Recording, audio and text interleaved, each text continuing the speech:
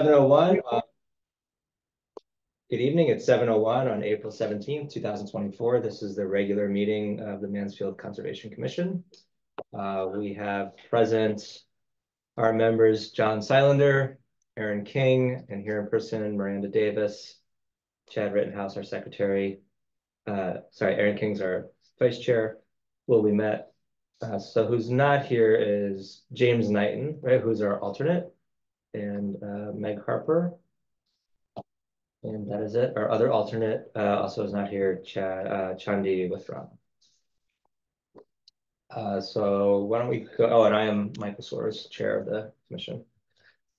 So go to item 2A. I just wanted to check with you guys that this is what we're supposed to be reviewing.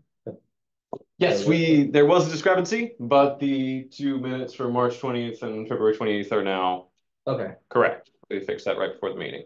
Thank you so much. It is not just the template. Okay.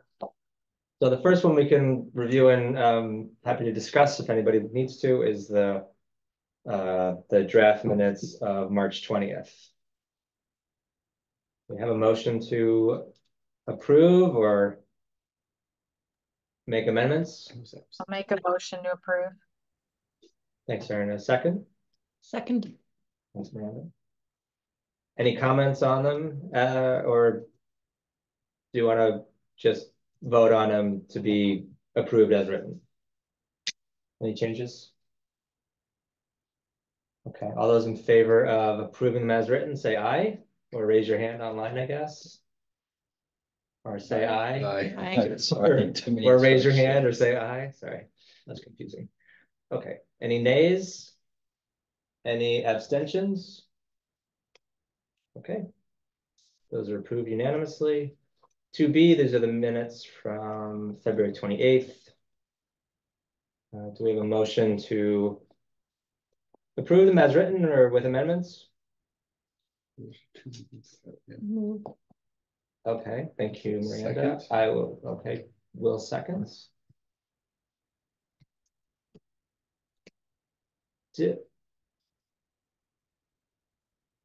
We have not seen these already? These were minutes that we could not vote on last time because we lacked quorum. The one person who showed up late hadn't been at the meeting. Yeah, I just remember I read them, but yeah, okay. Any changes, comments? All those in favor of approving the minutes as written, say aye or raise your hand or both. Aye. Aye. Thank you. Unanimously approved. Why did I make that so difficult? Okay, old business, discussion of easement monitoring on April 13th. How did that go? For those of you who... Record breaking. Really? In and out? Fast. 20-minute adventure? Yeah, basically 25 minutes. Yeah. It was a nice, polygon, pretty well signed. No violations. There was a driveway through the easement, but it did say that they had a driveway easement. So yeah, The only issue is that there was 2 polygons. The front polygon by the road, which had the driveway easement, was not well labeled at all. that one had no signs. We did not have signs with us. Yeah, I just realized that I had the back side. That's fine, but I do wonder in that case, like it looks like their front yard of the house with nice are they putting signs? Like, is there policies about if there's a driveway easement, do we still put the signs by the road? I don't know. We would put it as close to the easement boundary as possible, which is what we try to do with our park signs normally. But I don't know what the tree situation is, because that's that nice kind of grassy open park-like area right before the house with the big solar panel. Yeah, that's the other side, the side that which has the driveway and the house. Basically, the 2 boundaries that were involved in that house were not labeled at all. It's almost like the owner didn't want the signs. Okay. I can reach out. That's a pretty easy fix. Signs are needed. Well, there's no signs at all. I mean, it's not clear it's an easement at all. But there was no violation, so it's not like they needed to be marked. But I mean, I don't, like, why is there a mode area that's an easement? Do you know the So context of it at the all? easement doesn't take the whole property. So the survey maps, which I left with the team, show that there's a driveway. It was originally supposed to be a 3-lot subdivision of the house, the lot in the middle that has the driveway over it, and the house on the corner with the big solar panel. 2 houses were built. The 3rd lot wasn't built. That 3rd lot has a conservation easement at the rear and a driveway easement in the front for the other house. Then at some later time, the house that has the driveway easement didn't want an easement. They purchased the building lot next door, merged it into their own lot, and basically made it unbuildable as its own house lot again. So the conservation easement still exists.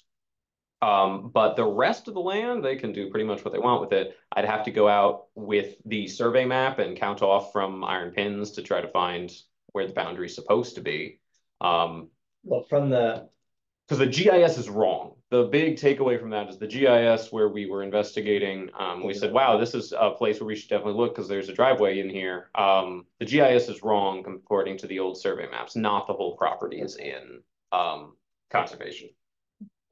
So like basically the side next to the solar panels, yeah, that is marked one time here, but Mhm. there's no other marks here, here, or here, indicating this. This other one is well marked. The back one is well marked. okay, So all right. I can reach out. Heck, I can We walk would've- down with a hammer and nails from here and we Town would have Hall on a marked nice it if we day. had the signs. Mhm. Do you want the bag of signs here, Mike? Oh, I have Or- so many signs. Okay. Yeah, we spent $2,000 on signs. We are talked about every possible permutation of sign. Okay, Yep. that's good. So I'll just keep that bag in my car and not But it bring it. might make more sense, because that means you'd have to come every time, Michael. If we kept it in the other Michael's office, then when he put out the maps and stuff, he could also put out the backpack. And That's a good That's idea. true. I can just leave it Yeah. at the community center. Somebody drops it off at some point in the month and then I Yeah. can pick it up. That for makes whoever's sense. having it can live with me. Is there anything, I guess is there anything of note on this one, and do we want to do another one in May? Kind of, or do we want to just have Mike pick one? Last time we kind of picked this one because of the sort of aerial reconnaissance we did, but If you have one that is, if you want one that's tricky, I have a violation that probably involves a conservation easement, and I found out about it 2 days ago, and I figured I would bring it up with you, because it's a conservation easement. So if you guys want to be the fun enforcement mechanism, you can, or you can just have me handle it in-house. well, we're the monitors. That's fair. We haven't been We'll asked. go monitor it for you. Well, if I just, instead of having we a can, record of- we can give you the record, Yeah. but Mhm. it's up to the town if we're gonna be doing enforcement and having those conversations with residents. That's fair. We need shields. They Next to that. they don't provide them to town employees either. No, so there's a easement down at the south end of town in some of those residences just behind the mall. That was first not marked on our GIS, but second, it appears as if the property owners have put up a fence that wraps around the conservation easement. They're not supposed to do that, so they're gonna need to take that down. And I didn't know if you wanted to go out and monitor it and document it yourselves, or just let the town handle it since I'm already aware. What's most helpful to you? Yeah, Yeah, exactly. that's a good point. I mean, if you already know there's a problem, then maybe it's more useful for us to do something where you might discover something you don't know, but. If you're fine with me just going ahead and handling it myself, I can handle it myself and I'll find something else for you guys to tackle. While I'm down there, I'll just check the other easements and check 3 more off our list as well, because that complex says 4 in a row. So since we got to enforce on 1, I'll take care of them both. Also, James Knighton arrived at what time? Yes, hi, James. What time did you join us, James? Like a few minutes. 9:04, 7:04, 7:04. If you joined us at 9:04, that's Yeah. really very prompt for 9:04. Yeah, Michael, if you have areas of town that you think are prioritized to go check on, I mean, I think haven't really had a process on picking new ones, so I think areas that you think, I don't know.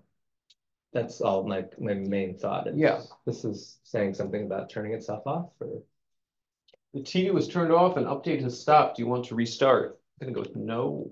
That seems wrong. Great, we didn't turn off the TV. I will look for another priority easement. And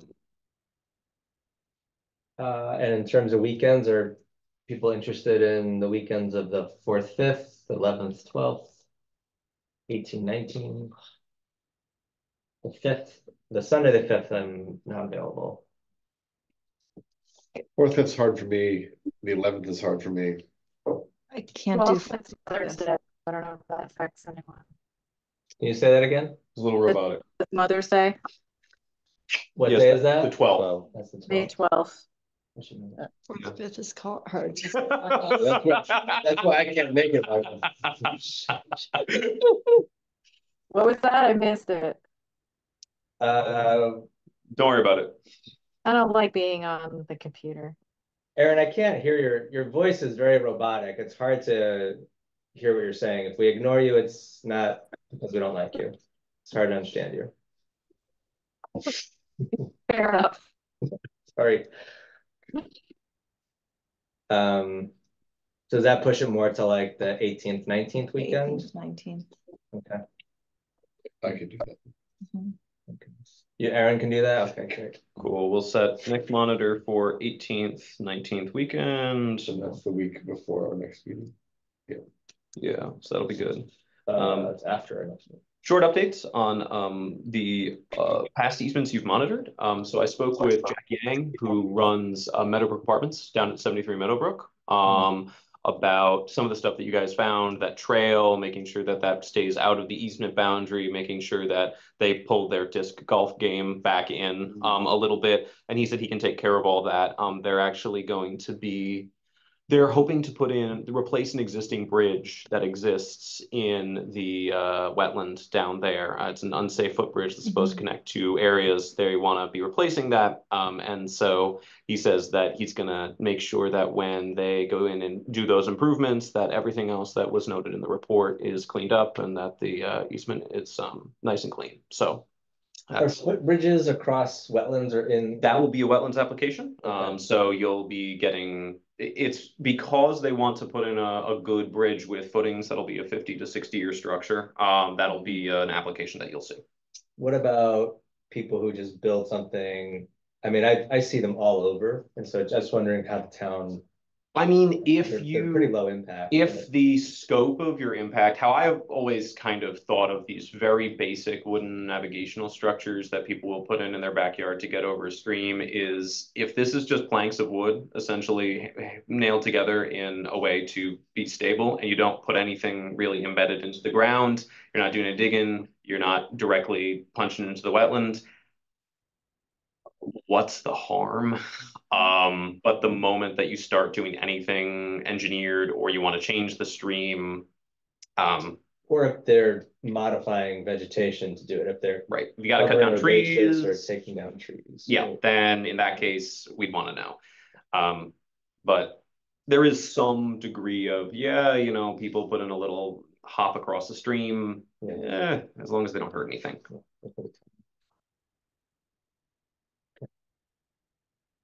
Anything else on monitoring this last visit or what we're planning for May? Or the aerial stuff we did last month, I mean. Well, just, do we think we need to go back to that last one and put signs up?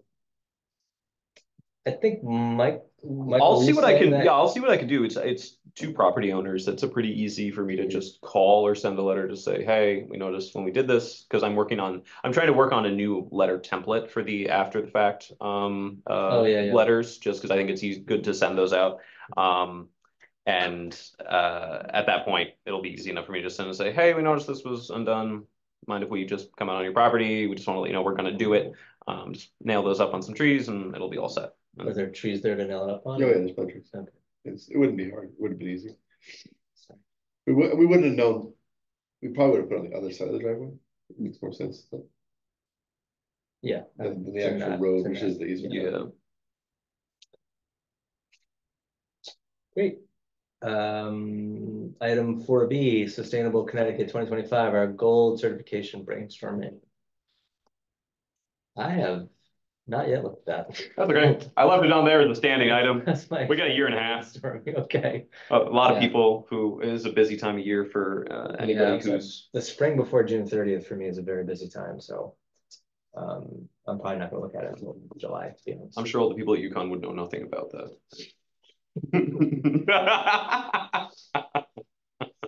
Here.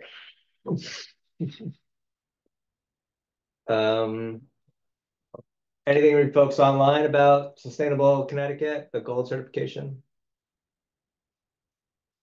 No. So I need to look at it more looking closely. forward, it's that Michael emailed us on April 2nd. The subject line includes actions for sustainable CT gold certification. So this was, our brief rundown of going through these items, what we've done versus what may need to be updated. This is various items. In the section 3 is all of the various kind of environmental related actions. The highlights are for us, Michael? Yeah, so the highlights are things that we think could be things that we've already potentially done. And the broader sections are things that we have either done in the past, but just need to potentially be updated or just gone over by somebody with the town and say, this still seems good or not. If anybody's interested in this, I know, we have a big wetland setback. We have the new work that I did to get our 50-foot significant impact preparing protection zone implemented. So that's been done recently. But everything in here, we have open space acquisition priorities, but whether or not that needs to be updated, if the group wants to look at it, that's something that often Parks and Natural Resources could do. But if this group wants to weigh in on that, we could do an update, submit it for points, et cetera, et cetera. Okay. We have an open space acquisition fund, but we're also receiving a report that says we may not necessarily want to be directly acquiring any more open space because the town has 2,600 acres. And it turns out when you're not a land trust with a large number of volunteers or staff administering 2,600 acres, it can be hard to administer 2,600 acres of land. Surprise. Right, who would have thought? So I run around a lot, and the master plan is saying potentially don't acquire more, but keep what you have. So with that in mind, how does that change our open space acquisition criteria and our plan, which we partner with, things to think about. So this is on here just to generate discussion if people want to think about it. Has the Parks and Natural, the PNRC commented on that about not acquiring more property? We have spoken with them about it, and they tend to agree that exclusively strategic acquisitions to connect already owned town parcels for walking past where they don't exist is probably the scope of what the town should do at this point. Anything else, it makes more sense to try to work with a private entity dedicated to it, like Joshua's Trust, because they will have the resources to manage it, and I will continue to. The bar has been set pretty high recently in terms of if people are coming to us asking us if we want to take their land and just looking at it going, no. Yeah. Not unless it's something that really connects.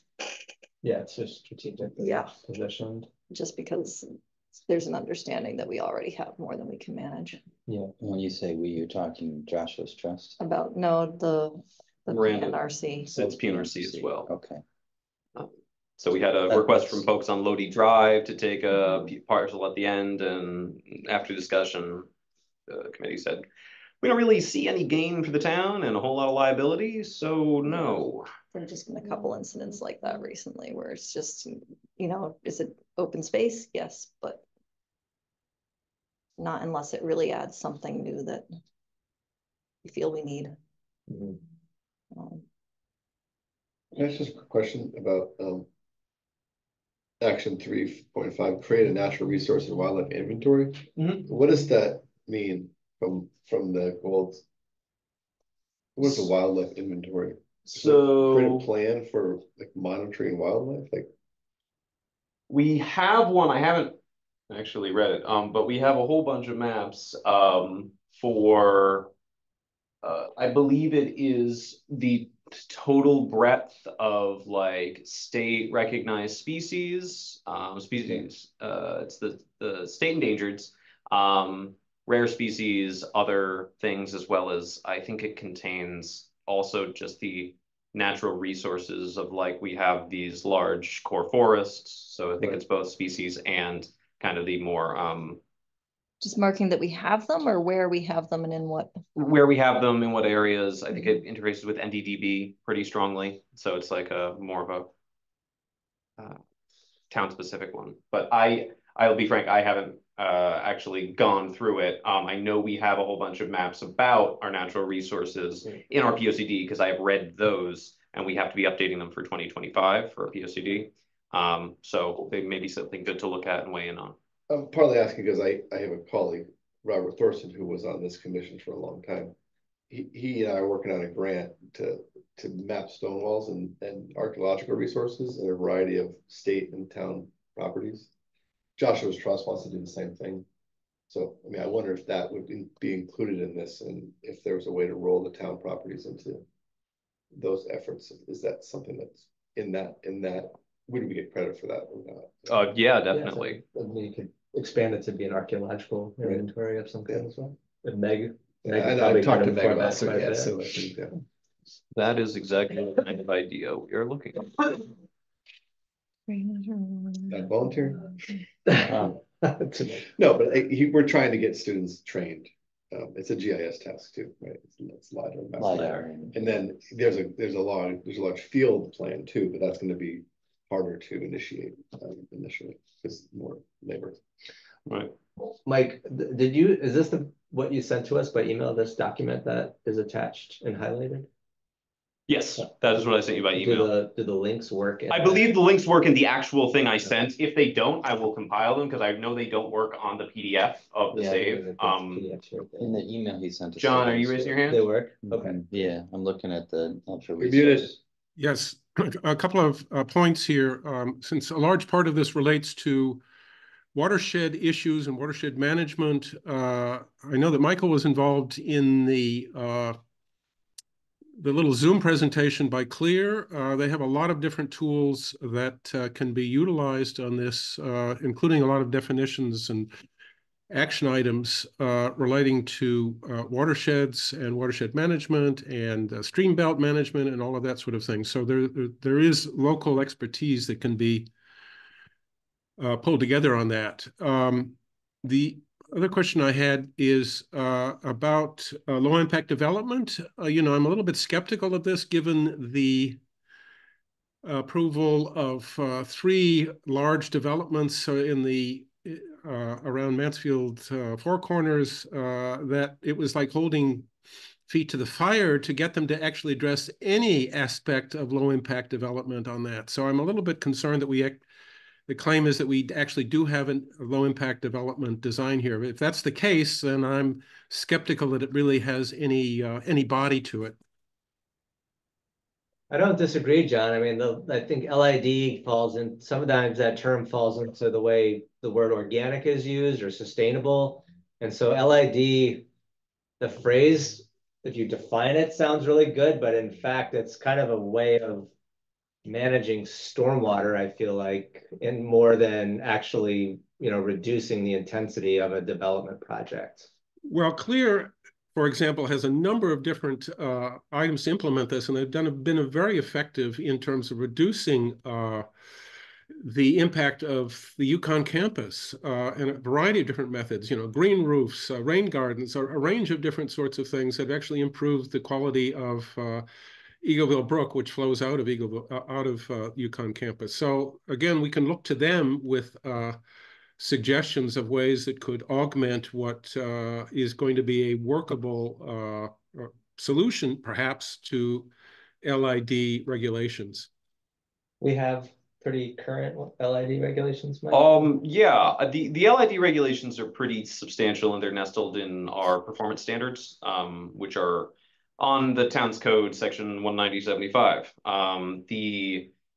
I know that number because I look at them a lot. There are a lot of encouragements and different requirements for LID based upon the scale of your impact. The baseline is essentially if you're doing a development that is over 5 units, you wind up needing to give us a stormwater management plan like the ones that you are all used to looking at, demonstrating that you're going to be capturing all those various percentages of first flush and 100-year storm that we've talked about. And that I think one of the most recent ones that you weighed in on was for the hub over by Yukon, which does contain green roofs. And I remember a good discussion where James was discussing the different ways that the stormwater system captures different types of the rainfall event. So that is always required. But there is some degree of discretion in terms of what LID is required once you can demonstrate that you are capturing and treating your stormwater to certain percentages based upon your development, right? It doesn't based upon modeling of the practices too, yes, it is based on modeling. Modeling to have a lot of assumptions built into modeling, which is yes, it does. Challenging. It's been an interesting year to test all our models.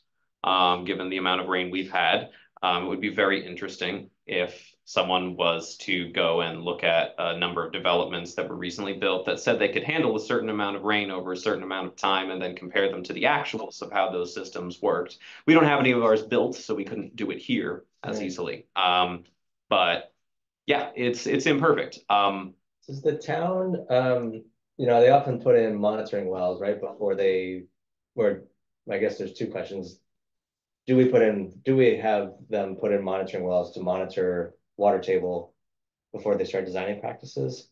And if we do, are we making sure that they're doing it in the seasonal high groundwater time period? Because my sense is sometimes they're monitoring outside of that springtime and getting sort of an artificially low water table height. And they think they've got 3-4 feet to the water table when in fact they're designing in less than 2 feet, and we know they're trying to hit that 2-foot separation from their practices. My understanding and my read of the regs, and I'm not a stormwater professional or engineer, but my read of the regs and the work that I've gotten, the stormwater plan I reviewed the most intensely was the proposed wetlands permit going in at the tree farm, which was rejected. We did have them do more test pits and more wells to check soil composition and gauge depth to groundwater. And I believe they did those in March of 2022. As like a logger collecting water levels or just a one spot kind of dig? No, there were that hydrologic data was like 11 to 14, I can't remember the number, but points across the property. Doing test pits because they had a complex stormwater management plan and they needed to make sure that their galleys would have enough separation from groundwater. But I believe it does. I will check to see, because that's a good question. Does it happen in spring? And my understanding is spring is the time when you'll have the highest level because you get the winter snow melt normally. Yeah, it really should be. And the loggers are pretty cheap now. You can buy these Bluetooth loggers that are like $80, but it really should be a time period and not just a 1-day, investigation. It should be probably installed in February and be running through May or June to really catch, all the variability that can happen in that time of year. It could even be longer, but I would say that's sort of the minimum I would recommend. And I'm not sure how that's approached in any town in Connecticut, if they require that or, and I'm not a stormwater guy either, but we've definitely had projects where they've looked at groundwater in November. And we expressed that concern with the project that's being constructed right now. And, everything's fine, the modeling's good. And I think we know that. And then of course they have water. Groundwater there. Yes, and then they had to come back and revise their model to be much. Told you that was gonna happen. I have a question, but it's a divergence from the water topic. Sorry. I was wondering when it comes to the wildlife inventory action item, if something that I don't know what falls under that specifically, but I've often wondered if it would be good for the community to have something like an iNaturalist project where you have people in Mansfield all pooling observations, and you advertise for people to pool their observations of whether or not it's wildlife or, yeah, basically wild, the animals and plants that Yeah. you see going around, and if that would count as monitoring and creating a town-wide inventory of sorts that was actually Crowdsourcing, citizen, basically. yeah, that was citizen sourced. I think That, that could be kind of fun. I think as that well would be very as- fun. And that's also something that it seems like you could tap into the large number of UConn students for. Yes. So And iNaturalist allows you to create projects where you can pool your observations with other people, including in your neighborhood. It just seems like it's set up for exactly that kind of thing. let me see how ours is constructed. And let me, I mean, I I get really like that. observations on camera trapping of the campus twice a year, right. right on campus, of mammals and things right there. And that would be a bunch right there that students could enter. So, Yeah, but they'd all be based in the cemetery on campus. they would. That is, We have a wildlife camera here that goes 24/7. So Yeah, and I think and you know, a lot of you could citizens have this advertise here. it. So. A lot of citizens have camera traps up. So. I mean, there's just a very large birding community here as Mhm. well, so you'll get good observations from those folks as well. So let me see what our methodology has It's been. just a thing that gets people excited about the environment. Like we talk about regulatory stuff a lot, but we could just have something where people are Yeah. sharing what they It would be a enjoy. community-wide thing. It could be advertised idea. even on various social media things. And put rocks in there. No, they won't be identified properly. I have so this is related to because it also says integrating the resource and wildlife inventory into municipal planning documents. Mhm. I have a PhD student who, we're working with DEP on the Wildlife Action Plan revision for 2025. And as part of that, she's doing a content analysis of all town plans of conservation and development that have been timestamped since the 2015 Wildlife Action Plan to see, like, is anybody really looking at the Wildlife Action Plan? Short answer is no. Yep. But I see potential here. We're thinking about ways that we can get like a one pager of sorts to share with towns about, here are some entry points for getting Wildlife Action Plan stuff into your POCD. So make sure you bug me about that. We're in the depths of the content analysis right now, but the endpoint should be some recommendations around where are the insertion points and commonalities with the POCD. For us as well, that would be interesting because we're coming up on a rewrite, Michael? Yes, so the POCD has to be rewritten in 2025 by statute every 10 years. Our last one was 2015. So, and that was a pretty comprehensive plan. We have a very comprehensive POCD. But I bet you we just missed the cutoff to integrate this information. So I would be very interested in trying to plug that in and see if we can square it with what we've got and what we any new updated information. Yeah. So I will bug you about it. I wrote it down, bug chat about ongoing research. Yeah, and so the plan is due to the feds September of 25, but it'll be under review for basically all calendar year 25. So we can make sure that can infuse this plan, even though it won't be final for the state plan. Perfect. That's good. Good idea. We got 4 good follow-ups, some permitting, some citizen science, some integration of other plans. What happens when you and folks put your heads together? Brainstorming, baby.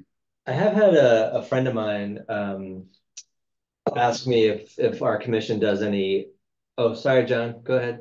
Let's see you. Just one other comment here. You know, if we're trying to go for gold here, just filling in the blanks, you know, are not necessarily going to get us gold certification. So I want to make sure that we, if we're going for that, are going to have sort of the expectation that we really maxed out here on filling out this particular application.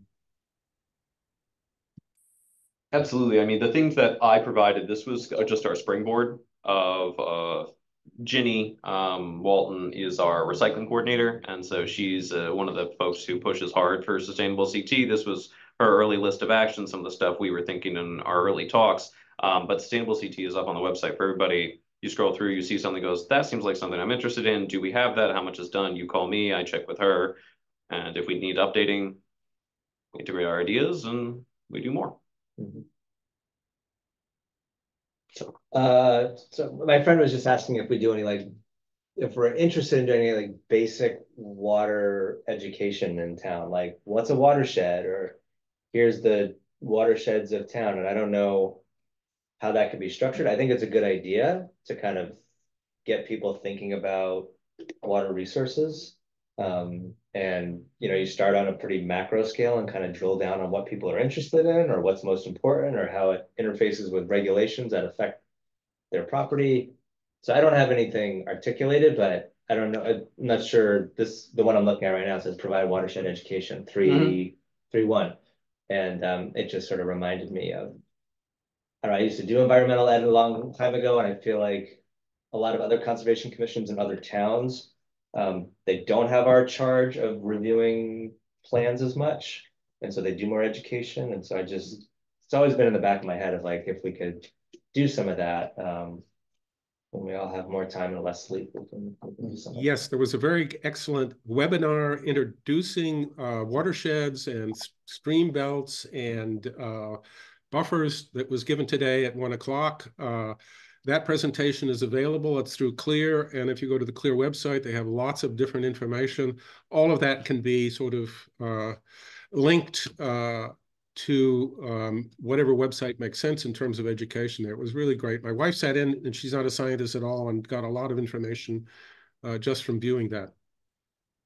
That's, you just said something, John, that I've also thought about, which is like a conservation of, I don't know, a website that's more about environmental things in town that maybe we're creating the content for, but I don't know how that would work to have a website that has some content, or so I don't know, maybe that's something we talk about over time when we don't have other big issues. Is like, would we be interested in creating I guess it would be more of a static website and not something that's, socially like interactive or something like that. But our website now is really just like 3 sentences and our list of members, which I think is kind of dry, and we could offer a lot more there in terms of specific resources or something like that for Mansfield residents. Absolutely. Thanks. I think if there was some kind of a watershed education thing that was held one evening at the library or something like that, you might get some buy-in from people around town, and also from like the gardening folks and stuff in town, I would imagine would be interested in that.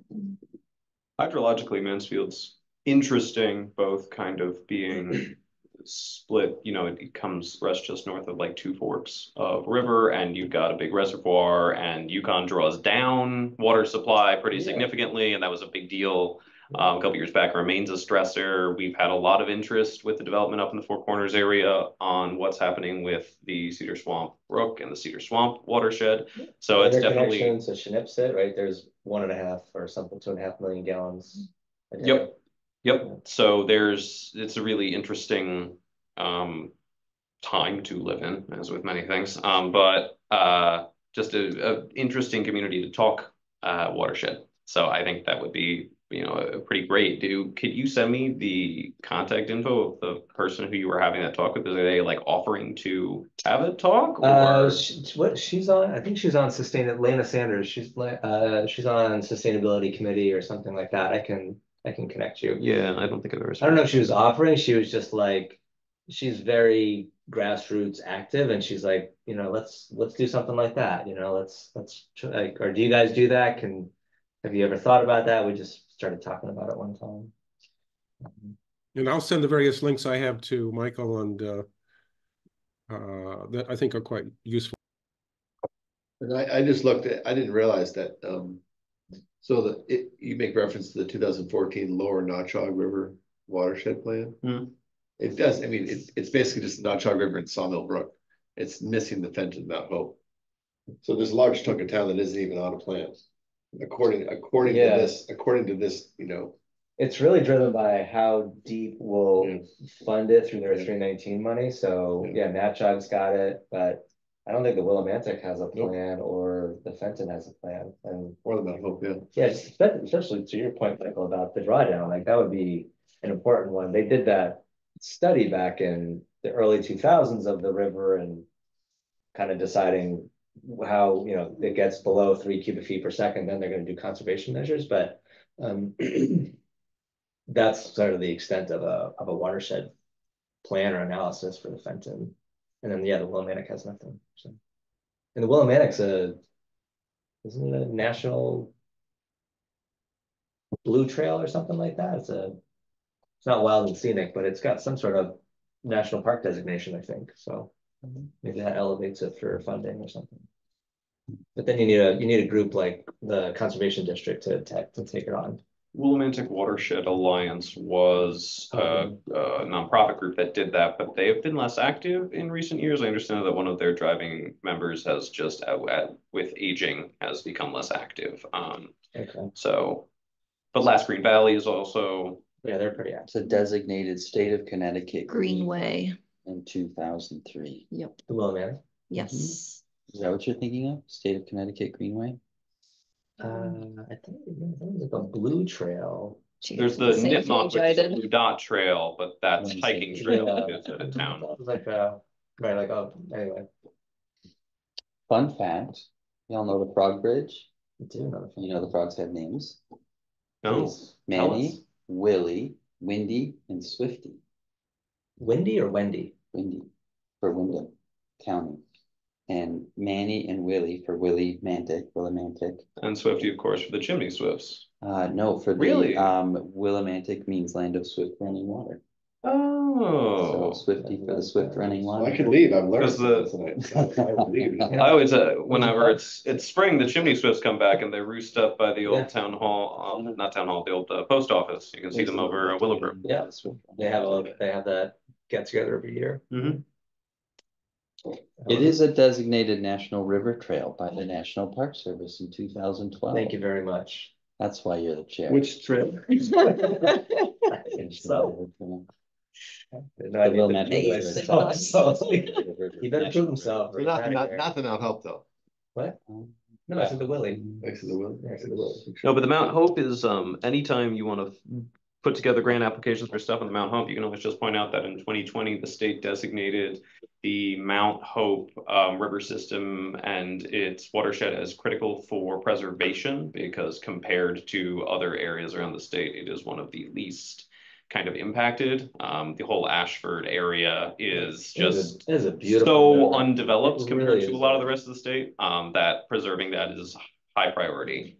Most of our other rivers kind of fall into that restore category as opposed to protect, but east side of town it's a really for us is high priority to protect. River. There's a guy on YouTube who canoes around here and he waited till the Mount Hope was pretty high a couple years ago and he canoed it, or kayaked it, which was impressive because there's a lot of rocks and trees in there. Did you go through Atwoodville? I don't know, I watched it a long time ago, but he did a big chunk of it coming into upstream of Mansfield. Yeah. Okay. We've brainstormed. Yeah, that was. I got some interesting stuff to follow up on. That was brainstorming. Okay, item 4C, the agent report. Anything exciting, Michael? Not particularly. I approved 2 other projects today because 2 other permits came in today, but these were permits I had previously discussed with property owners and reviewed. So we have a new 24 by 36 pavilion on a large parcel of land over on Pleasant Valley Road. It's fairly far from existing farm pond. It's about 75 feet away, right by an existing garage. They wanted a place to picnic with their family. Pretty straightforward. Is that the new house construction that we looked at a few years back with routing a driveway? Yes, I just looked at it on that. And then there's a 20 by 30 garage, which is being removed because it is old and it is on a concrete slab that they're going to break up, and then they're going to fold the garage, but replace it with a 20 by 16, which in my view is an absolute win because then there's less structure and we're removing concrete. I also approved the most controversial thing insofar as anything I approve as controversial is I've approved a septic system replacement in situ today over on South Eagleville Road, just down the road here, 146 South Eagleville, which is almost right across from the apartment complex over here. Their septic system has failed. It is not in good shape. The health department has worked with them to find a place where it can go on the property, and pretty much the only place it can go is where it is now because it's a very small lot and it's very wet everywhere except where it is now. So they have to take it out and then scrape away all the soil, bring in new septic sand, and put it back in. That's about 45 feet from the wetlands, which is a little bit closer than we'd like, but it can't go anywhere else, and we're not really exactly going to deny these people a septic system. So they're going to make sure that they've got silt fence in and backing that with hay bale. I'm going to inspect beforehand and during the process, make sure that there's not a lot of disturbance. It shouldn't take that long, but it's going to go where it's going to go, and it'll be better than what's there now, so it'll protect the wetlands. For like the first one, when you're 75 feet from edge of wetlands, I mean, slope must come into a factor. Like if you see conditions that you think, like, is that how it works? If you go and look and you're like, I think the Inland Wetlands Agency should really look at this, and I don't want to own this as an agent approval. Is that how it works? Pretty much, yeah. I mean, I always retain the authority when I review a project to kick anything to the commission if I don't feel comfortable with it, and the commission can request anything. In general, the standing orders are that if it's closer than 50 feet, right, is it disturbing natural vegetation or is it on existing lawn, right? If it's disturbing natural vegetation, it could be kind of significant impact. If it's anything more than taking down like 2 or 3 trees, so I sent it to the commission. If it's, a little bit of earth movement, but you're not really getting rid of trees, you're redoing your lawn or you're fixing your drainage, I'll look at it closely and I may kick it.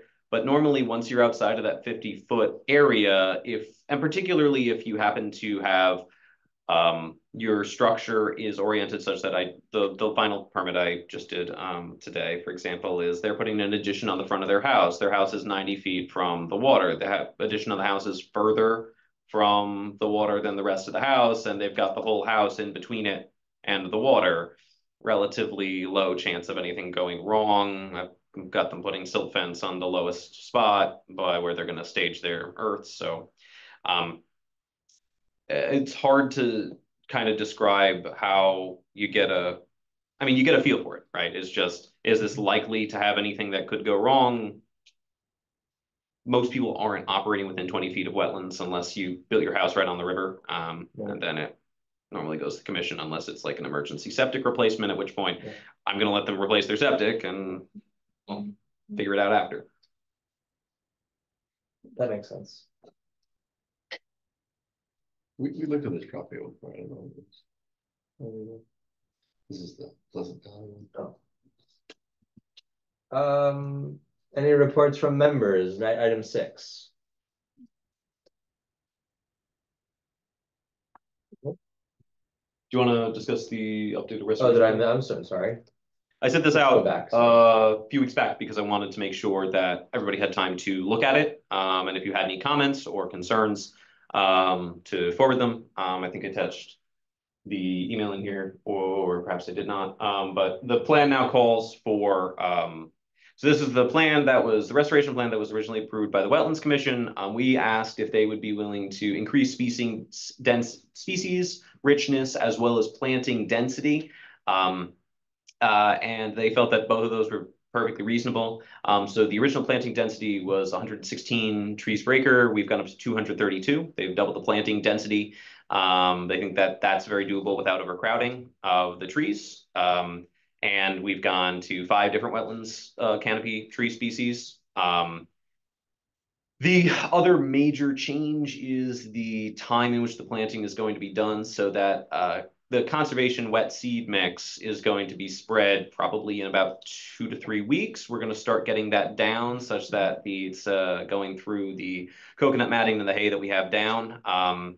If the weather stays like this, where we don't get a massive rainstorm every 3 days, then that's great. That would be very good at staying. But as for the actual tree plantings, the developer is thinking that it would make the most sense to plant them after the bridge is in. The bridge, which is the whole reason that this fiasco got started in the first place, is supposed to be delivered because it is a large engineered structure. It's delivered in one piece. It's not getting delivered until July. They could absolutely plant the trees in May, or plant some of the trees and then come back and plant the rest of the trees that are further away. But because of the vagaries of construction, they don't want to plant any of the trees that are going to be within about 20 feet of the bridge placement, because as they maneuver it into position, they don't want it to swing if there are winds, or if the crane operator bumps something slightly. That would not be a problem if there's no trees there, but if they've got new trees, they don't want to hit them, take them down, and then replant them, just waste money and kills trees. So they're thinking that after July, they would plant those end of August to catch the September, October grow season and get their roots established before the frost sets in. So that's their, what? Fall, Thursday? Yes, end of August to catch all of September. And then, so that's the plan as they're proposing it. I know that planting density is not the planting density that they feel that is workable, that the landscape architect thinks is perfectly doable of 232, isn't quite as high as what John recommended of 300 to 500 plantings. But the species richness and density has gone up. Are they going to be back to check and see that things take and monitor? They have a spring that these trees actually leaf out. Yes, so they have a 3-year requirement of monitoring after everything is built. So it's next year they're still in building, so they have to replace through that as well if trees don't take and if they're just dying. But then following that, there's a 3-year continued monitoring of all plantings. If any don't live, they must be replaced in kind. So that is through 2028. This is integrated into that management plan of theirs. Also, I was looking for this. I'm glad it's here. It's also for 3 years that they need to maintain deer fencing, because I think that's going to be one of the biggest challenges is just getting it mowed down. So that my presumption is that's fencing that's actually working. So people put an electric fencing and don't maintain it, and then it's no, but so. I would presume this would be the 6 to 8 feet deer exclusion fence to eliminate browse. This is a small enough area that you can exclude it pretty easily, in my opinion. So again, my recommendation is just give a call to the forest extension officer at UConn, who will give you a full expectation of what different planting strategies will yield and what kind of fencing should be used. You know, the general recommendation for that is tree collars. But again, the forest extension agent is the expert on this and will be happy to tell you what is going to work and what isn't going to work. You mean for the developer to call the extension, John? No, Michael. I did pass the information along to the developer as you requested last time. I actually have to call the UConn extension anyway, because our management of wet and woods is going to require some exclusion fencing and invasive removal. And so I do need to have that discussion. I just haven't done so yet. But I will be calling UConn extension about their forest management recommendations. It's tricky when like the performance standard, John, just to your point, like pushing what's best, and I totally agree with what you want, but when we the performance standards just don't go as far as they should in this context, and so we're stuck between really what would be recommended by you or the forester, and then the minimum requirements the developer is allowed to kind of get away with, for lack of a better phrase. No, we've been down that path, and you know, they've made that decision, but I want to make sure that they plant, you know, at the time of year that they're going to reasonably survive and take root, and that they're protected in such a way that you know, they're not going to be eaten up by deer. So those are, I mean, the problem is that the whole plan was developed by a landscape architect who's not a forester. So the more that we can sort of provide input from the experts, in other words, the Forest Extension, on how to reestablish the forest. Given this is going to be the density planted and blah, blah, blah, we can certainly sort of say, well, the ideal time, according to the forest experts, is to do it at this time, and the most effective way of ensuring that they're not eaten up by deer is to plant them in this fashion. Yeah, and also I think 1-inch caliper trees are risky. I've definitely had restoration projects where we had high mortality with things at that size. So we go now for 2- and 3-inch diameter trees. But yeah, there's a lot of things like that that are concerning. I do work with a bunch of landscape architects that really know their stuff, but you're right. I mean, there's other experts, especially here in Mansfield, that could help inform kind of the best possible restoration plan. I'll note that this plan was reviewed by a certified wetland scientist, but not necessarily a forester. It may be a good idea for either this committee or a subcommittee of it to go over our performance standards and our recommendations for restoration as they exist in the zoning regulations and make some recommendations based upon your expertise and opinions concerning how future restorations should be reviewed depending upon the ecosystem in which the restoration is intended to take place, the forested wetland being different from marsh, for example. Mm-hmm. We would be more than willing to work with you on that. I can sit down and help craft some additional regulations based upon the information. The point of the performance standards is to do the best job possible. So if there are glaring holes in our regulations, we want to patch them. So if people feel strongly about that, I'd be more than happy to start working on some revisions as I did last year with our wetlands regs revisions. Do you think there's glaring holes in your experience so far? Or from this experience, I guess, really put a spotlight on it. I mean, I think the most obvious hole was the charge of the Conservation Commission did not have restoration plans referred to you, when a restoration plan is really the time I want the Conservation Commission to weigh in the most, even more than on large developments. Restoration is critical to move fast, but also get right, because it can go wrong relatively quickly. My read of the performance standards is that, frankly, Mansfield's, compared to a lot of towns, are fairly extensive. Connecticut is a home rule community with over 167 different towns have zoning, and then some towns have multiple sets of zoning regulations. So it's hard to compare everyone, apples to apples, but from the towns I've worked in and lived in, we do require an awful lot to be demonstrated in order to allow projects to move forward. We require professionals to come in and really prove, or at least espouse with a credential behind their name, that they think something is going to work. Now, criticism of that type of system would say that that means a developer with pockets who can hire someone can get something done, because you are still before a civilian board that does not necessarily have a lot of ability to second guess people who show up with said plans, even when they are based largely on modeling, as Mr. Soares said before. And that at the end of the day, this is, although we can ask a third party to review things, the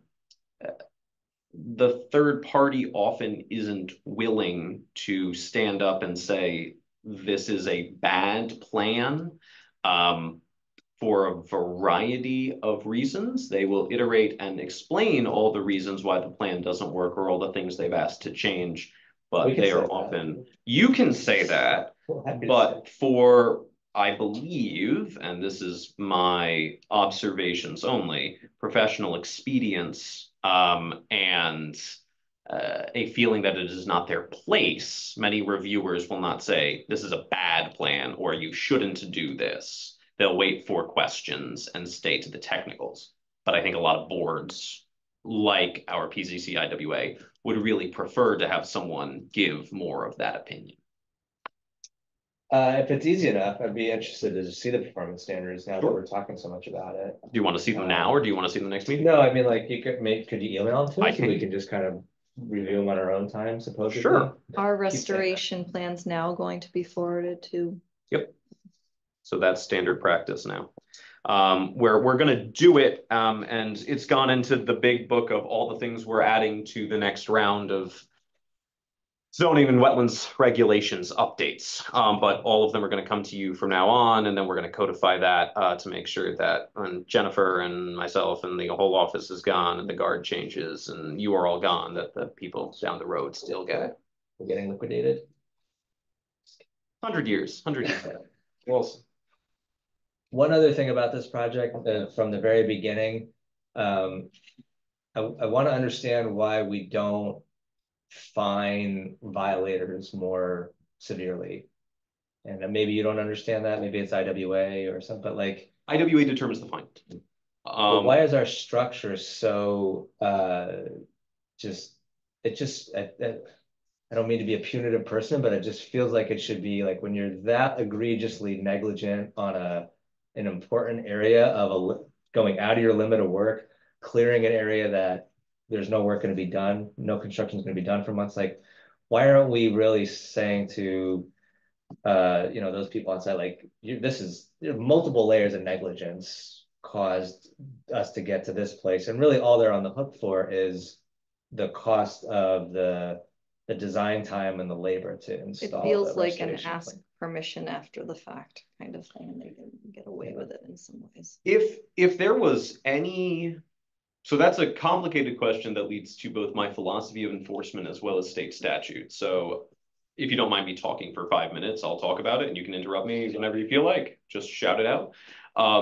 So the first idea here is that when they came before the IWA, after I received the reports and I checked, and then I checked against the documents, and realized this was absolutely not the limit of clearing. We contacted them and they immediately stopped, immediately checked their records, immediately said, yeah, we messed up. This is our bad. We're coming in with everything. We're going to do everything that you want us to do, and we're going to fix it. And at their very first meeting, they said, it would be easy to look at us as a large company and say that we did this to get away with something easily, but there's really no benefit for us having done this. Insofar as this isn't us cutting some corner to fill some wetlands, this is an honest mistake from a map misread.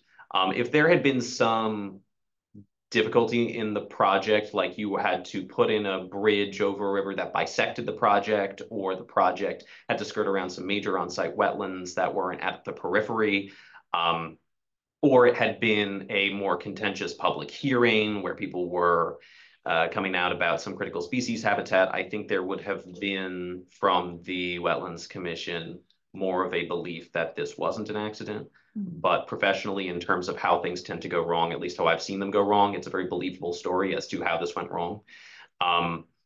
No, I believe it. I believe it, but it's really unprofessional to be that wrong that many times and cause that amount of impact at a site. I mean, that's the concern I have, is like multiple layers of mistake from one entity or a couple entities, not on our side, not on the oversight side, but on their side of misreading the plans, misreading the flags, crossing a stream into a wetland, clearing it. I mean, there's many things that they did. And I mean, like, if you make a mistake, it's like, okay, mea culpa. But when you make like 7 mistakes and then you can't actually catch the mistake that you made for multiple weeks until residents email the town, like, that's when I feel like we've passed just mistake and we've just gone into kind of carelessness of the developer or whoever's managing that work. And then let me add that they did change the course of the stream too in the process. Right. That's true. They did. So is it just kind of articulated in the town, like how fines are created, and if it's a willing mistake there, it's a more punitive fine, and if it's an accident or a benign mistake, it's less kind of punitive? No. So fines are by statute, so it's a little bit By state statute or? state statute, not town ordinance. We have a fee schedule in the town, and we have a citation schedule. And we bumped up our fine thing a couple of years ago. $150 a day that we can issue for citations. Here's where I stop talking about what happened and start talking about enforcement philosophy, right? And a lot of this hinges on if someone tries to fight it and goes to court, right?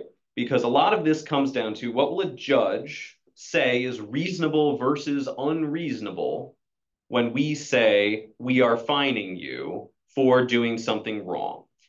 Right now, we have an enforcement case in the town. I won't give into a lot more details, but the town has cataloged giving the individual who is not compliant with the zoning regulations every possible chance to do something right, offering to work with, have multiple meetings, and refusal. Therefore, we now have a running fine of $150 dollars a day until this is fixed, with the acknowledgement that we went through about a month and a half of sending warning letters and explaining what had to be done ahead of time. And now, if we are to go to court to try to collect on those fines for non-payment, because they will almost certainly not be paid, we will only go to collect on that once we have liened the property enough that we could take the property. The judge may look at us and say, you have a fair case because you gave them every possible out. But if you start trying to fine someone who is immediately compliant, says we made a mistake, immediately comes in, immediately engages professionals to create a plan, and the professionals say, unfortunately, it is winter, this is an unfortunate mistake, we can't do anything to fix this now in the long term, but we're going to do everything in the meanwhile to continue to monitor, to put down everything in the meanwhile, I would argue you're going to be really hard-pressed in a court to get a judge to say, yeah, and also fine them $150 a day. Because in general, judges don't go in for punitive damage. I've gone to court before on violations way worse than this. I have had a violation in a different town where a gentleman carved a new driveway up about a 500-foot elevation change from a state highway, doing multiple switchbacks, filled in a wetlands, illegally built a cabin, tried to bring electricity up, and ignored me for 6 months until I hand-delivered him a letter walking up that mountain while he was there because he mostly worked at night. And even then, the judge was not particularly willing to entertain fines outside of getting him to undo everything he had done and then revegetate the area. So understanding that that is the reality when we go to the courts to actually stick our regulations, and that people who attempt to make a good faith effort will be given every possible chance in order to do something without having to pay money, it is not always the best choice in the view of staff to pursue punitive damages. Okay. My issue is that, I mean, I work a lot on sites, and not necessarily in this kind of construction, but with contractors, and you know, the level of sort of poor site work and understanding of site plans. I mean, these people should really be able to understand their plan and not make the level of mistake to the extent that they did. I don't really find any good reason for that. And so maybe that's where I'm hung up too, is like, it's extremely poor quality. And, you know, so that just gets translated as an impact that is passed on to the community, as opposed to us having any sort of mechanism to sort of call out that company or how they, you know, did not comply with the regulations. Is the only fine option the non-compliance daily amount? We can issue a up to $2,500 fine, flat fine. That's up to the commission. Much like I don't have the authority to issue a flat fee that we seek damages for as part of the cease and correct order process. I can do citations, or as part of the cease and correct order, the applicant, I'll break down the statutes and I'll send this to you in writing, but basically the applicant must appear within 10 days. We must hold hearing if I cease and correct anybody for wetlands. At that hearing, they can decide whether we are going to uphold my order or modify it. And if there are punitive damages due up to $2,500, that would be a place to do it, but it is not me deciding, it is the IWA. That is how I have always read it. That is how I have always understood it. That is how I believe everyone in my office understands it. The IWA did not choose to request that Bowler Engineering, who were the individuals who changed the line on the plan erroneously when they were modifying their scope of work along the state right-of-way, and also moved a line that then included the wetlands area that was not to be removed. And Bowler Engineering were the folks who also did not catch the disturbance. But the commission did not request to revoke that Bowler no longer be the site inspector. Did they call them on the line change without getting permission for doing the line, the limit of work change? Did they at least sort of say that in the meeting, that you acknowledge? I can't recall. That was early December. And unfortunately, I don't remember. Yeah. It's pretty bold. It was bold. They should have sent us an updated plan set when they moved that line because I know they were going back and forth with DOT for a while. And we don't necessarily need to see every revision until we have a final, right? If you're going to be revising as you're going back and forth in drafts with DOT, but we should have received the modified plan with DOT. Even in a resource area, like in a wetland, they don't need to come back to the town to say, well, we've adjusted the limit of work into the wetland. Well, that was the thing, they weren't supposed to. I don't know who moved that line. This is where we get to, I mean, I understand the thing about it's punitive and but like you can really justify why they deserve a pretty hefty punitive fine, because like there's so many layers to being like egregious and negligent and careless. Like that's where I've been on this since it happened. I think that this is a very good example of why it would be good for the commission to have your input on all future restoration plans, such that there is a body that is willing to say that, because generally our consultants, if we retain them to review a plan, which we did, are not going to say, and you should be punitive, because that's not normally something a consultant. I don't know, when you are writing as an environmental, when you're doing that, would you write that? What, say that again? And you should be punitive against this action because it is egregious in XYZ ways? In your professional capacity, I think he's at. Yeah, exactly. Would I say that? Yeah. I guess if I was the third-party reviewer and I understood from the developer what happened, if I understand it correctly, right? If I understood all these things happened, so this was missed, this was changed without permission, but like, that's a lot of unprofessional. I mean, everybody should have known better not to have a lot of those things happen, if I understand it correctly. Mm-hmm. So was your question, would I say there should be a punitive fine? Yeah, I guess that's what I'm saying now, yeah. How are you? Review list is up next year. I just have, there's a lot of carelessness when it comes to wetlands. I mean, we build right up next to them, right? Yes, we do. The degradation that we do is sort of constant. We see it through the plans that we review. And so when you give them within 5 feet to build that monstrosity of a beautiful project, and then they further like just don't even pay attention, like it's like you've already got a pretty generous limit of work. So like do your job well and stay within that limit. And like the whole timing of it and the change of work without talking to the town. Yeah, there's just a lot of layers that I find. When restoration plans come to us in the future, would that be something that we would be able to say and would be taken into consideration? Absolutely. We said.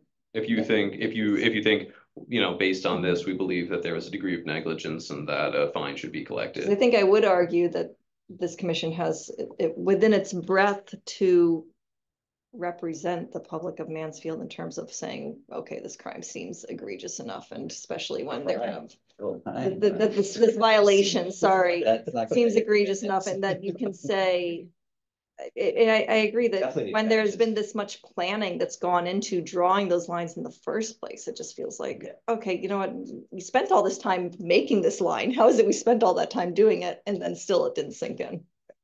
I totally, yeah. Those lines are very carefully drawn. I totally agree. In short, I think yes, that would be the kind of recommendation. You already provide a whole bunch of recommendations in terms of whenever you review a project of these are the things that should be taken into consideration. I think reviewing a restoration, the commission will feel like they're on better foot if you all who are citizens who largely have a lot of expertise in matters relating to environment and water, and topography and other such things, they would feel better if. I think we've got excellent background here on like wildlife and habitats, native plants, hydrology. I do not know for certain, but I would be willing to bet that you are at least among the top 5 most educated in the field conservation commissions in the state of Connecticut. Just based on the conservation commissions I have observed in the past. It's good to know that would be within our remit. It's within your remit. That was a good discussion. So it's good to see the plan. I'm excited that we can now be kind of more formally involved in reviewing a plan or just even, yeah, just kind of hearing out violations and what the mitigation or restoration is going to have to be. And then it just got me thinking about the fine structure. And so thanks for entertaining my thoughts on that. Absolutely. Okay, sorry, I skipped that. Now we can go to 6. Any reports from members? Any communications from anybody? We have here. This came in, it got lost in the mail. It came in on March 29th, but you're just seeing it now. So I received from Aquarian Water Company. This was addressed to you, Mr. Chair, in the Mansfield Conservation Commission. You got mail. As proud stewards of the environment, Aquarian decided to celebrate the individuals, businesses, and nonprofit organizations in Connecticut dedicated to environmental protection and sustainability. Winners of the adult nonprofit organization and business categories will have the opportunity to choose an environmental nonprofit to receive a $5,000 grant. There are various submissions. Basically, this is a company that sent us a letter saying, do you want to nominate someone and provide reasons that someone should get to choose where to send $5,000 for some sort of environmental reason? And it's due May 3rd. It's due May 3rd. So between the last meeting and this meeting, we arrived, and it will be due before the next meeting. But if anybody has any thoughts, think about it over the next week. Send me a message. And what are the criteria Nominate for? That's a really good question. What are the criteria? If you smile, I think is the criteria. Yes, Dedicated based to on environmental protection. this is the Wear plaid. criteria. Oh, I'm It in. just means dedicated. Right. 3 of us are good. Right. Somebody's got to be the adult. Somebody's got to be the nonprofit. Somebody's got to be the business. We're covered. It can be the business. Okay, so now we're just not going. But this is something that does, I believe the criteria are here on their webpage. Okay. So if you look through and think of anyone, those of you who are professors, if there are students who are doing good work, maybe that's something if they could put together one of their projects, or if you know of a nonprofit that's particularly deserving. Dedicated to environmental protection, like that's the very broad, incredibly broad. This seems to be their outreach department has been told you have this much money in the budget. Yeah. Figure out a good community outreach way to spend this money. So I figured I would pass it along. You don't have to do anything with it. It verges on junk mail in terms of giving you free money for something, but we don't often get mail addressed to the illustrious Michael Source. So it doesn't come into my office. They get sent a check. That would have been great. That would have been great. Okay, that's good. Just a communication from me. I think I sent it to all of you. I hope I did. There's an open house for the Mansfield Hollow Lakes Master Plan revision coming up May 2nd from 4 to 6 p.m. at the Mansfield Library. I'm interested. I'm gonna try and go. I am curious, like, what's the status of their current plan, and like if they have any big ideas or big changes that they're working on that that property and the lake. And then back to Mike's comment before, like, it's a pretty cool hydrologic system we have here. So I'm just curious, like, what they might be planning there. And it's such a cool resource, such a great thing in town. So I think I sent it to everybody in your email. If you want to take a look for it, it's May 2nd at 4 o'clock, the library. It's in my schedule. I intend to be there. You gonna be there? Okay. I have questions for the Army Corps all the time, and it's hard to pin them down. So if I can catch them in person, it's always try good. submitting a permit and then seeing if you don't respond. As a note here, the last time they updated this was 1979. Hey, I was alive. I wasn't. You were alive? I was. So this is, no, I think it's really important. Mansfield Hollow is this huge resource. And yet it is, the town cares a lot about it, and it's entirely out of the town's control. Yeah. So we are very interested, the municipal structure. Do you know much about Friends of Mansfield Hollow? Like, are they a pretty active group, or is it just kind of a Facebook group? I believe they are more than a Facebook group, but they've never reached out to me about stuff. So I'm not really sure. Yeah, I don't. More active in the past than they are now. Yeah. Okay. Well, I have one quick question. Different topic. Did the river, the modification to Roberts Brook by the Yukon Forest property come to this commission? recently? A modification of Yeah. Roberts Brook. So Roberts Brook is that comes out of Mayor, goes through Valentine Meadow. Yep. And then where it crosses the access road down to the pumping stations, they completely redid the culvert and straightened the river. It's a big modification to the bottom of Roberts Brook. Recently? Yeah, it just finished. It's the grass is now finally planted and greening up. It was all last fall. Well, it's state property. Yeah, that's so what- that's- they should be going through DEP to Okay. do any wetlands or waterway work. It's actually not state property. The right of way is the property owner owns that bridge. I've tried to install a monitoring well there before, or transition. I just didn't know if it came to the commission because it's like a significant modification of the So you stream. know it's not state property. I don't know for sure. That's why I Okay. thought I've driven by enough times where I've seen trucks there. I thought, so right off of Gurleyville, if you're going out to the pumping stations, do you go? Oh, yeah. Where? So headed back to the Yeah. Beaver Meadow. Yes. Yeah. Okay, Yeah, that bridge. That bridge, yeah, completely redone, and then the whole stretch of Roberts Brook, just to the downstream end, is all straightened with riffraff on either side. Like, there was a couple meetings I missed in the overlap last year. I didn't know if it came to the commission. Right. But this follows up, like Quentin, I remember saying this about the town undergoing modifications to culverts along roads and waterways, and that we didn't often see. Mhm. That's the only reason I brought it up here. That's true, which I think Do you know I this, think we Michael? fixed that, Yeah. right? That the Yeah. town is supposed to Yeah. come, at least IWA. if not So you head east on Gurleyville, the swirlies, you drop down the hill, and there's an hairpin turn back, and it goes into Yukon Forest, the pumping stations.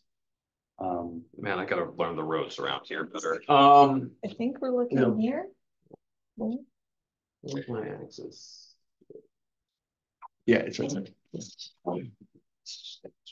I haven't heard anything about this. And this is the case where they had a plan, and then the flooding in December and January completely caused new erosion.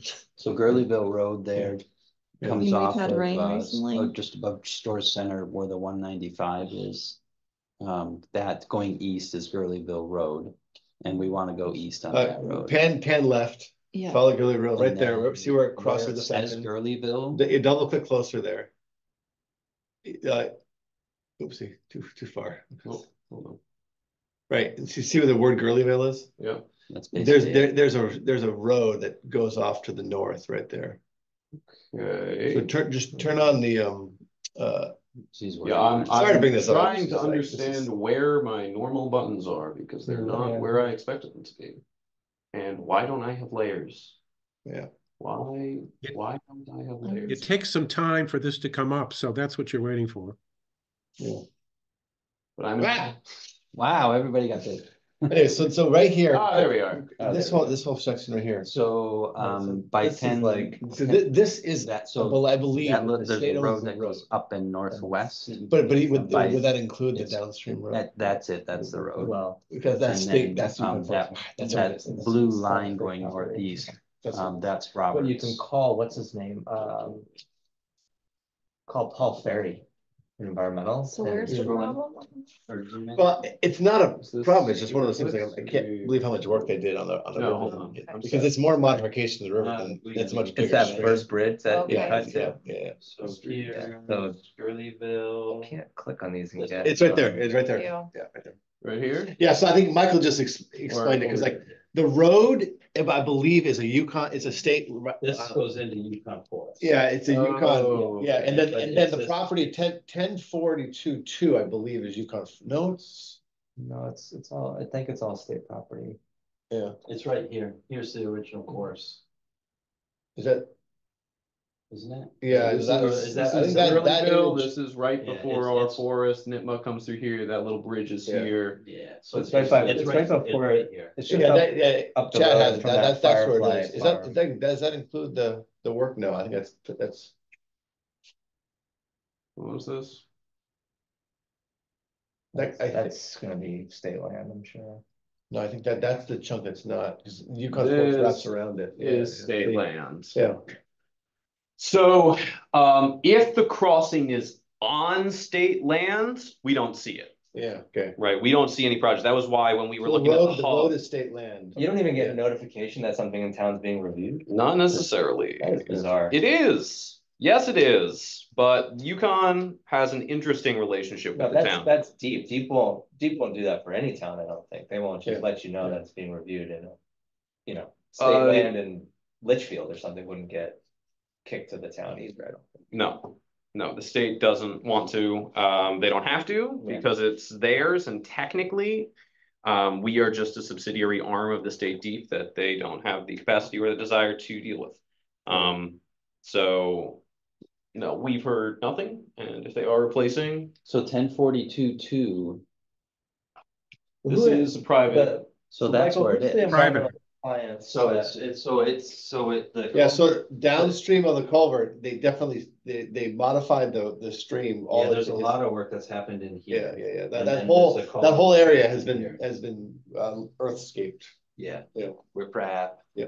Yeah. Vegetation clearing. I know Paul Ferry handles like their environmental compliance on like remediation and kind of stuff like that. I don't know, he would also probably know if how they're permitting stuff or how they're corresponding on this. You think Ferry would know?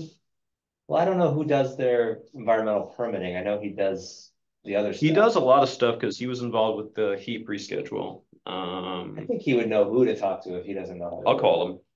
I think that's the If- crossing the state land, but anything that had But to be. it was still nice to know. What are they doing? How do they Well, get it step now. approved? Yes, John? What did Deep say about it? Yukon may own the road there, but on either side, if they did any disturbance, those are both private properties. Yeah, and on the upstream end, I had a student mistakenly put a pressure transducer. He stepped onto the person's property and the guy almost called the cops. Because he hates Yukon so much, because Yukon drives on that road all the time. Mhm. And so I had yeah, it was the most aggressive I've ever seen a local town person in response to a student. So you think making a there's mistake. work has been done on private property down there? No, well, I think that whatever's happened there is happened in a delicate relationship between this landowner probably and Michael, if it's happened on private property, then I'll it's have gonna come to the town, It right? should, Yeah. hypothetically, I have to check the status of easements and whether or not the assign of an easement being the state grants certain exemptions. Hmm. I don't imagine it should, I don't know. but That would be clever. Is that land parcel developed on? this is Yukon. Yeah, no, but the one you just selected before. This is a private landowner.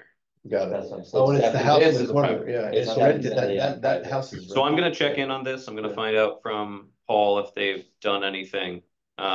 Because the other thing that might have happened is they might have already gone to the state and gotten a permit from the state, at which point they don't need a permit from me. Sure. But I do like to know about these things when I hear about them, because sometimes people will call and say, what's going on over there? And if I don't know, Yeah. then I can't Yeah. tell them. You can So see how- what it was in this image They're here. not allowed to go to the state and get a permit without coming to the town, right? A Well, private resident, I mean. a private resident, no, but if UConn working on private property. if UConn is working on private property is the state will get a permit from the state. The state won't deign to get a permit from the town on private property in the town. How can the state issue a permit for private property? That's not their jurisdiction. The state has the authority to issue permits where it wants to issue permits. It can override That's me.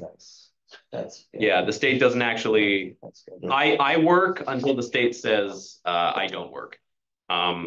That's overreach. They should say, you need our state permit for state property and you need your local municipal permit for the private property. And we're not gonna. Home rule Yeah, is it's very a nice expensive. dream until we are reminded that home rule is a devolved power, and that the state can rescind it at any time. Well, It's Oh, that cheery note. Thanks, It's worth another it. fun fact. On your, Thanks. because Thanks so it's much. pretty extensive. I'll go over and look. Because the other thing I Changed didn't close understand is like, water, they've added riprap, Hanson's they've Pond, added you know Hanson's Pond? vegetation. It It looks like a manicured lawn. Yeah. now. so like the homeowner, the guy who owned that said that when the state said that the dam needed to be replaced, the homeowner was on the hook for that, all the new setup. Well, So I don't know if own the that- dam. Yeah, I don't know if that's what happened here, like, I think it was like some relationship between the state. Anyways, hey, I'm just like, Quentin is on the commission anymore, but I liked how he ever since he said that, I thought about that, just like looking at things, Yeah, to do my best, try that's a good one. I think we all covered town enough to kind of bring questions like this to Michael, and he's good at following up, so. Sounds good. Give you more stuff to do, Michael. As you know, I do nothing all day. I have said several times, I just sit in my office and look pretty. It takes a lot of effort to look this handsome. So I'm well spent. Our next meeting, I just closed my computer. Our next meeting is what, like the May 15th or May something? 15th. May 15th? earliest Okay, it can be, earliest of the month it can be. yep. And do we have a motion to adjourn at 8:33? So moved. Second? Second. We are adjourned. Fight can for have it. it. AIAEIOE. Good to see you all 33. virtually. And see you potentially the weekend, see you at the next meeting and possibly for monitoring.